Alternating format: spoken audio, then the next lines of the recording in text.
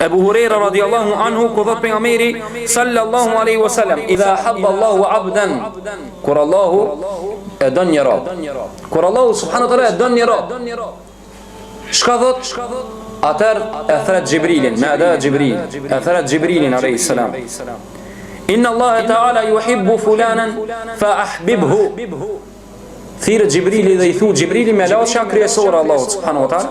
Thirët nga ana Allahu dhe thot Allahu i thot atina, o Gjibril, unë pedu filanin duj edhe ti. Atëherë Allahu subhanahu wa taala ja mundson me dash Gjibrili. Atëherë thret Gjibrili alayhis salam banor të qiellit dhe ja ahlu sama, inna Allah qad ahabba fulanan fa ahibbuhu. O ju banor të qiellit, Allahu është duke e dash filanin, duan edhe ju. Atëherë dojnë edhe banor të qiellit. Pastaj thot pejgamberi sallallahu alaihi wasallam, thumma yudau lahu alqabulu fil ard.